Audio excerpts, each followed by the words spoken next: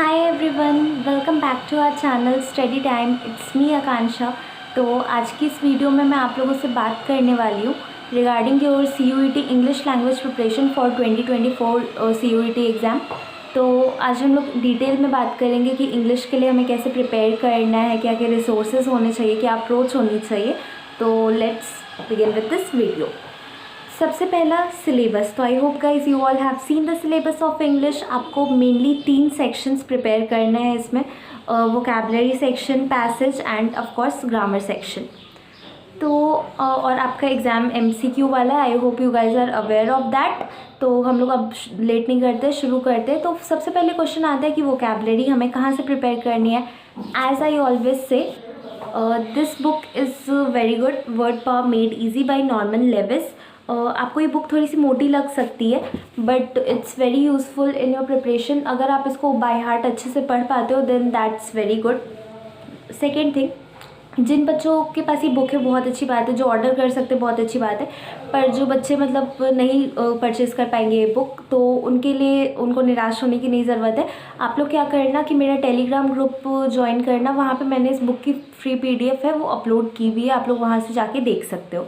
दूसरा कि बहुत बच्चों के अभी प्रैक्टिकल्स, प्री बोर्ड्स वगैरह चल रहे होंगे या फिर शुरू होने वाले होंगे, तो अगर आपके पास उतना टाइम नहीं है कि आप इतनी मोटी बुक को पढ़ पाओ अच्छे से बाय हार्ट, तो आपको क्या करना है कि यूट्यूब पे आपको सर्च कर लेना है वर्ड पावर मेड ईजी। आपके पास बहुत सारे यूट्यूबर की प्लेलिस्ट खुल के आ जाएगी। बहुत सारे यूट्यूबर्स ने मतलब बहुत कम टाइम में आपका ये कंप्लीट करा दिया, तो आप लोग वीडियो लेक्चर्स के थ्रू भी पढ़ सकते हो। और क्या करना है, आपको बस पढ़ना नहीं है, आपको इसके शॉर्ट नोट्स बनाने हैं और उनको रेगुलर बेसिस पे रिवाइज करना है। अब इसके अलावा एक्स्ट्रा में आप क्या कर सकते हो, अगर आपके पास बहुत सफिशिएंट टाइम है और अगर आप और अच्छा खासा वोकैबलरी सेक्शन को आप टाइम देना चाहते हो, तो इसके अलावा आप कोई नॉवल भी पढ़ सकते हो। नॉवल हो गया, आर्टिकल्स हो गया, एडिटोरियल्स, अगर आप न्यूज़ डेली बेसिस पे पढ़ते हो तो वो आपको बहुत हेल्प करेगी वोकैबलरी में। उसमें आपको क्या करना है, जो भी आपको हार्ड वर्ड लग रहा है कि इसका मीनिंग आपको नहीं पता था या वर्ड आपने पहली बार सुना है, तो आपको उसको अंडरलाइन करना है, उसका मीनिंग एक अच्छी सी कॉपी में आपको लिख लेना, उसको रेगुलर बेसिस पे रिवाइज करना है। और ये चीज़ सच में बहुत हेल्प करती है। आप अपने सीनियर्स से या किन्हीं से भी पूछना, ये चीज़ सच में बहुत हेल्प करती है। तो अगर आप नॉवल लवर हो तब तो आपको कोई टेंशन की बात ही नहीं है, आप अपनी कोई भी फेवरेट नॉवल है वो आप पढ़ सकते हो। बट उन बच्चों के लिए जिनका मन है कि हम नॉवल पढ़ रहे बट आपको इतना आइडिया नहीं है, तो मैं आपको 2-3 अपने साइट से सजेस्ट कर देती हूँ कि आप कौन सी नॉवल अभी के लिए पढ़ सकते हो एग्ज़ाम्स वगैरह के साथ साथ में। So this book the diary of a young girl by Anne Frank, ये आपको ऑटोबायोग्राफी जैसी लगेगी, तो आप इसको पढ़ सकते हो। ये बहुत ही इंटरेस्टिंग बुक है एंड आपको पढ़ने में मज़ा आएगा। और हार्ड वर्ड्स वगैरह आप इसके अंडरलाइन करके उनको रिवाइज़ करना मीनिंग लिख के, तो ये आपको हेल्प करेगा। कोई ऐसा बच्चा है जिसकी इंग्लिश मतलब बहुत ज़्यादा हाई फाई नहीं है लेकिन वो बेसिक थोड़ा बहुत कुछ पढ़ना चाहता है, तो आप एक ये वाली बुक है सुधा मूर्ति मैम की, the magic of the lost temple, and it's a very famous book. ये बहुत अच्छी किताब है, तो आप लोग इससे पढ़ सकते हो। अगर आप ड्रामा वगैरह पढ़ना पसंद करते हो, प्ले वगैरह, तो आप ये वाली बुक पढ़ सकते हो, ओथेलो बाय विलियम शेक्सपियर। तो ये बुक कुछ मैंने अपने साइट से आपको सजेस्ट की थी, तो आप इसको पढ़ सकते हो। और इससे एक चीज़ आपको ये भी फ़ायदा होगी कि हार्ड वर्ड्स तो आपकी मतलब वोकैबलरी तो आपकी स्ट्रॉन्ग होनी चाहिए, प्लस आपकी रीडिंग स्पीड भी बढ़ जाएगी। अगर आप रेगुलर बेसिस पे पढ़ते हो तो रीडिंग स्पीड बढ़ जाएगी, तो वो आपको पैसेज सॉल्व करने में भी बहुत हेल्प करेगी। मतलब आपका टाइम लिमिट है वो आपका जो है ना, थोड़ा आप जितना लेते हो सॉल्व करने में वो थोड़ा घट जाएगा, तो आपकी स्पीड बढ़ जाएगी। तो ये चीज़ें आप कर सकते हो। उसके बाद फिर अब हम लोग बात करते हैं कि ग्रामर सेक्शन कहाँ से प्रिपेयर करना है। See if you are that kind of student जो एक बहुत मतलब अच्छा खासा टाइम देना चाहते हैं ग्रामर सेक्शन के लिए, तो रेन एंड मार्टिन की किताब आती है, तो आप उस किताब को लेके आप सॉल्व कर सकते हो। लेकिन अगर आपको लग रहा है आपके पास टाइम उतना ज़्यादा नहीं है, प्लस आपको बहुत ज़्यादा उस पर फोकस नहीं करना है, आपको बस इतना करना है कि आपका एग्ज़ाम निकल जाए, तो आपको कहीं जाने की ज़रूरत नहीं है। टेलीग्राम ग्रुप आप ज्वाइन करो, हम लोग का स्टडी टाइम, उसमें मैंने सारा मटेरियल्स अपलोड किया हुआ है ग्रामर से रिलेटेड। आपका कोई भी चैप्टर हो, वर्ब, एडवर्ब, एडजेक्टिव हो गया, आपका सेंटेंस रीअरेंजमेंट हो गया, नाउन प्रोनाउन, कुछ भी हो आपका, उसमें मतलब बेसिक से लेके एडवांस तक के सारे मटेरियल्स दिए हुए, तो आप टेलीग्राम ग्रुप पे सर्च कर सकते हो, फ्री में आपको सारे मटेरियल्स मिल जाएंगे। फिर बात करते हैं कि अब पैसेज के लिए कहाँ से प्रिपेयर करना है। तो पैसेज के लिए आपको क्या करना है कि शिप्रा मिश्रा मैम का चैनल है, तो वहाँ से आप प्रिपेयर कर सकते हो। उन्होंने भी अपने टेलीग्राम ग्रुप पे बहुत अच्छे अच्छे मटेरियल्स डाले हुए हैं पैसेज के लिए, तो आप वहाँ से पढ़ सकते हो। तो ये कुछ कुछ फ्री रिसोर्सेज है जो मैंने आपको बताया है कि आप एक्सेस करके पढ़ सकते हो। उसके बाद फिर बात आती है कि अगर मान लो कि आप ऐसे स्टूडेंट हो जिसको कुछ कुछ टॉपिक्स में कई बार प्रॉब्लम आ रही है, तो हम कहाँ से डाउट सॉल्व करेंगे।